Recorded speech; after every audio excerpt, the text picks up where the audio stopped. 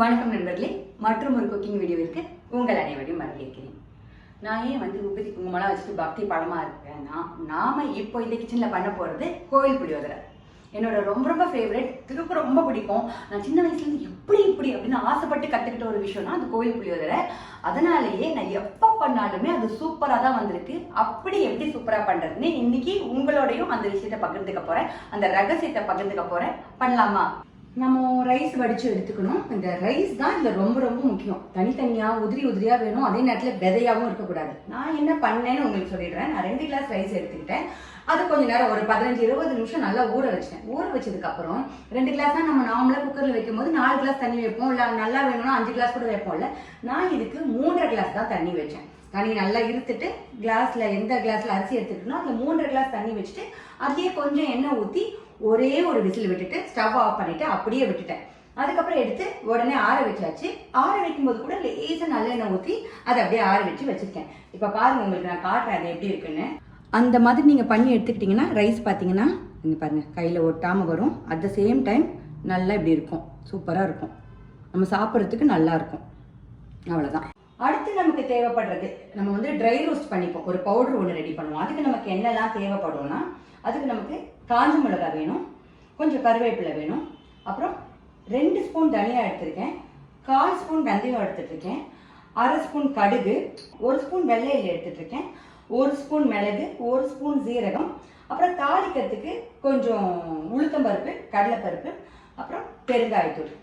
இதுக்கப்புறம் வேர்க்கடலை, நல்லா வறுத்த வேர்க்கடலை எடுத்து வச்சுருக்கேன். அது உங்களுக்கு எவ்வளோ தேவைப்படுன்ற மாதிரி நீங்கள் தேவைப்பட்ட அளவு எடுத்து வச்சுக்கோங்க. அதுக்கப்புறம் ஒரு பெரிய எலுமிச்சம்பழம் அளவு புளியை நல்லா ஊற வச்சுருக்கேன்.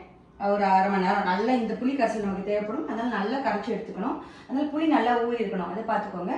அப்புறம் நமக்கு தாளிக்கிறதுக்கும் காஞ்ச மிளகாய் தேவை, கருவேப்பிலை கடைசியும் நம்ம சோத்தில் போட்டு பரட்டுவோம், அது நான் என்னன்னு சொல்கிறேன். அதுக்காக கருவேப்பிலை தேவை. நல்லெண்ணெய் எடுத்துகிட்டு இருக்கேன். இந்த நல்லெண்ணெயில் கொஞ்சமாக முடிஞ்ச விளக்கெண்ணெய் சேர்த்துக்கோங்க. என் ஃப்ரெண்டு ஒருத்தவங்க இந்த இது சொல்லி கொடுத்தாங்க, ரொம்ப டேஸ்ட்டாக இருக்கும்னு சொன்னாங்க. அதனால தான் டேஸ்ட்டானு எனக்கு தெரியாது, ஆனால் அவங்க சொன்னதுலேருந்து நான் அப்படி தான் பண்ணியிருக்கேன்.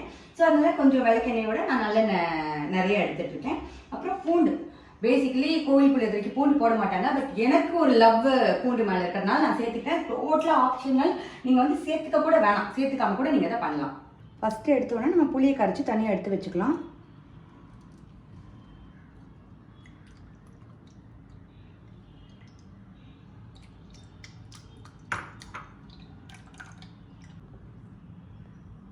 இந்த மாதிரி புளி கரைச்சி எடுக்கும்போது சக்கை மட்டும் எதுவும் இல்லாமல் எடுத்துக்கோங்க, அவ்வளோதான். ஃபஸ்ட்டு நம்ம ட்ரை ரோஸ்ட் பண்ண வேண்டிய பொருட்களை ட்ரை ரோஸ்ட் பண்ணி எடுத்துக்கலாம்.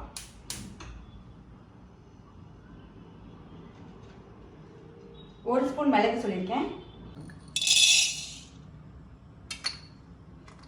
1 ஸ்பூன் சீரகம், 2 ஸ்பூன் தனியா. இது லேசாக பொரிய ஆரம்பிச்சதுக்கப்புறம் இது இப்போ நம்ம எடுத்துகிட்டு இருக்க எள்ளு 1 ஸ்பூன் எடுத்துகிட்டு இருக்கோம். அப்புறம் கடுகு, அப்புறம் வெந்தயம்.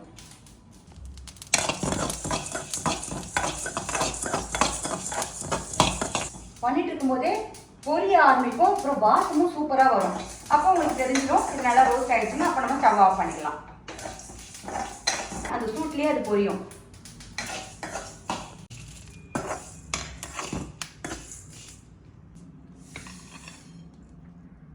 இது தனியாக எடுத்து வச்சுக்குவோம். இப்போ மறுபடியும் ஸ்டவ்வை ஆன் பண்ணிக்கிட்டு லேசாக கொஞ்சமாக ஒரு 1/2 ஸ்பூன் மாதிரி எண்ணெய் ஊற்றி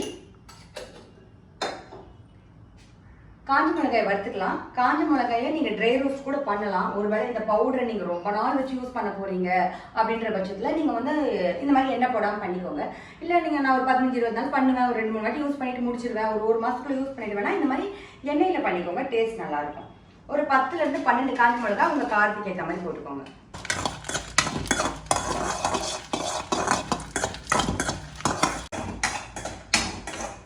இதுவும் கலர் மாறிடுச்சு, நல்லா வாசம் வந்துருச்சு, போதும், நம்ம எடுத்து வச்சிடலாம். அடுத்ததான் நம்ம என்ன பண்ண போகிறோம்னா, ட்ரை ரோஸ்ட் பண்ண பொருட்கள் எல்லாம் அரைக்க போகிறோம். நம்ம வறுத்து வச்சுருக்க காஞ்ச மிளகா, அப்புறம் வறுத்து வச்சுருக்க மற்ற பொருட்கள்,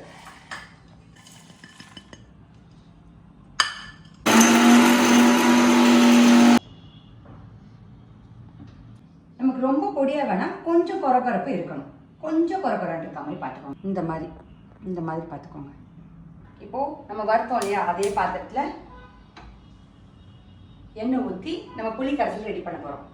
கோயில் புளியோதரை தான் பண்ணுறோன்னா கண்டிப்பாக நல்லெண்ணெய் யூஸ் பண்ணிக்கோங்க. ஒரு சில விஷயங்கள் நல்லெண்ணெயில் தான் நல்லாயிருக்கும். கொஞ்சம் நல்லாவே நல்லெண்ணெய் ஊற்றிக்கலாம். ஒரு சின்ன துண்டு வெல்லம், ஒரு 1/2 ஸ்பூன் வெறும் மிளகாத்தூள். கோவில் புளியோதரையில் கண்டிப்பாக வேர்க்கடலை இருக்கும், உங்களுக்கு தெரியும். வறுத்த வேர்க்கடலை தான், இதை அப்படியே யூஸ் பண்ணாலும் ஓகே.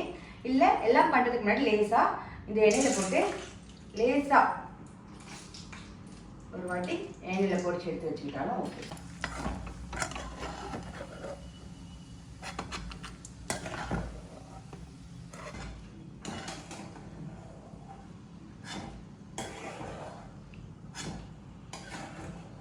இப்போ இந்த எண்ணெயில் தாளிக்கிறதுக்கு தேவையான கடுகு, உளுந்து, அப்புறம் கடலைப்பருப்பு இதெல்லாம் போட்டு அது பொரிஞ்சதுக்கப்புறம் ஒரு 4 காஞ்ச மிளகாய் அப்படி 2 பிச்சு போடுங்க.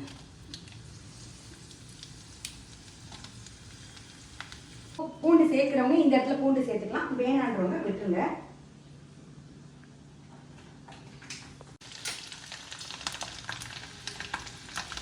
எல்லாம் பொரிச்சு புளி சேர்த்துக்கலாம்.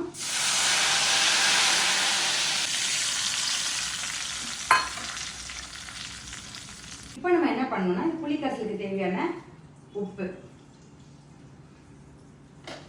நீங்கள் டேஸ்ட் பார்த்து கூட போட்டுக்கோங்க. ஏன்னா புளிப்புக்கு நிறைய உப்பு தேவைப்படும், அதனால பார்த்தே போடுங்க. இப்போ நமக்கு என்ன வேணும்னா இந்த புளி தண்ணி நல்லா கொதிச்சு திக்காகி வரணும். இப்போ பார்த்தீங்கன்னா நம்ம ஊற்றும் போது தண்ணியாக இருந்தது, நல்லா திக்காகிடுச்சு பாருங்க. இந்த ஸ்டேஜில்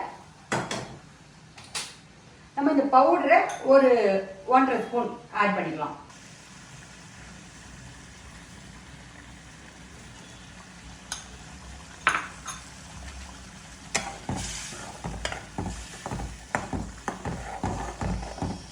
பவுடரை அரைச்சி எடுத்த உடனே வாசம் சூப்பராக இருக்கும். அது இதில் போட்ட உடனே அப்படி அந்த புளி கரைசலோட கலரே மாறிடும், ஸ்மெல்லும் மாறிடும், எண்ணெய் பிரிஞ்சு வருது பாருங்க. இந்த ஸ்டேஜ் தான் வந்து நம்ம போதும்னு நினச்சி முடிவு பண்ணிக்கலாம். இப்போ நம்ம என்ன பண்ணணும், நம்ம எடுத்து வச்சிருக்கிற அந்த வெல்லம், ஒரே ஒரு சின்ன துண்டு வெல்லத்தை இதில் போட்டுருங்க.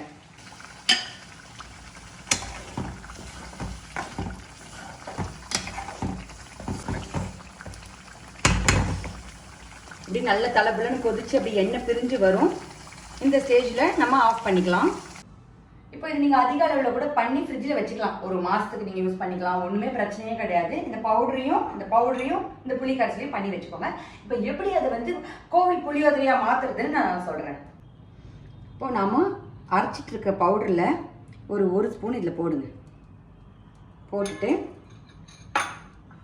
நம்ம வறுத்து வச்சுருக்க வேர்க்கடலை, அப்புறம் கருவேப்பிலையை வதக்கும் போது நிறைய பேர் போடுவாங்க, ஆனால் நான் பச்சையாக தான் போடுவேன். பச்சையாக போடுங்க, சூப்பராக இருக்கும். போட்டு நல்லா ஒரு வாட்டி கிளறிடுவேங்க. எங்கேயாவது கட்டி இருந்தால் கூட அப்படி இது பண்ணி விட்டுருங்க. எல்லா இடத்துலையும் அது படட்டும். கலரி வச்சுட்டு இப்போ நம்ம என்ன பண்ணணும், கொஞ்சம் கொஞ்சமாக தேவையான அளவு நமக்கு புளி கரைசலை இதில் ஊற்றி ஆட் பண்ணிக்கணும்.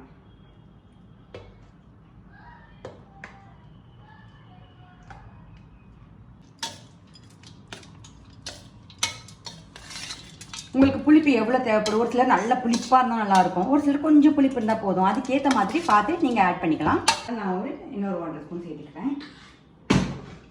இந்த ஸ்டேஜில் நீங்கள் உப்பு கூட பார்த்துக்கோங்க. நம்ம புளி கரைசலில் ஒரு உப்பு போட்டிருக்கோம், அது போதும்னா விட்டுருங்க. இல்லை இன்னும் கொஞ்சம் உப்பு இருந்தால் நல்லாயிருக்கும் அப்படின்னா எவ்வளோ உப்பு வேணுமோ சேர்த்து கலந்துக்கோங்க. உப்புன்னு கிடையாதுங்க, உங்களுக்கு இன்னும் கொஞ்சம் அந்த பவுடர் இருந்தால் நல்லாயிருக்கும், இன்னும் கொஞ்சம் புளி இருந்தால் எல்லாமே இந்த ஸ்டேஜில் நம்ம சரி பார்த்துக்கலாம். அதனால எந்த பயமும் இல்லை. டேஸ்ட்டு கரெக்டாக நீங்கள் சேர்த்துட்டிங்கன்னா போதும், கோவில் புளியோதரை வேறு லெவலில் வந்துடும். இப்போ எனக்கு வந்திருக்கா மாதிரி இப்படி பொலன்னு மட்டும் பண்ணிட்டீங்கன்னா அதுதான் ஃபஸ்ட்டு ஸ்டெப்பு. ரைஸ் கரெக்டாக வந்துச்சுன்னா எல்லாம் சூப்பராக வந்துடும். கோவில் புளியோதரையோட சிறப்பே அதுக்கு எதுவுமே தேவைப்படாது, அப்படியே சாப்பிட்லாம். இருந்தாலும் இது கூட ஏதாவது வேணும்னா செம்மையாக ஒரு உருளைக்கிழங்கு மசாலா, அப்புறம் அப்பளம் நல்லா வச்சு சாப்பிட்டீங்கன்னு வைங்க, வேறு லெவலில் இருக்கும். நான் இன்னைக்கு அப்படியே சாப்பிடுவேன்.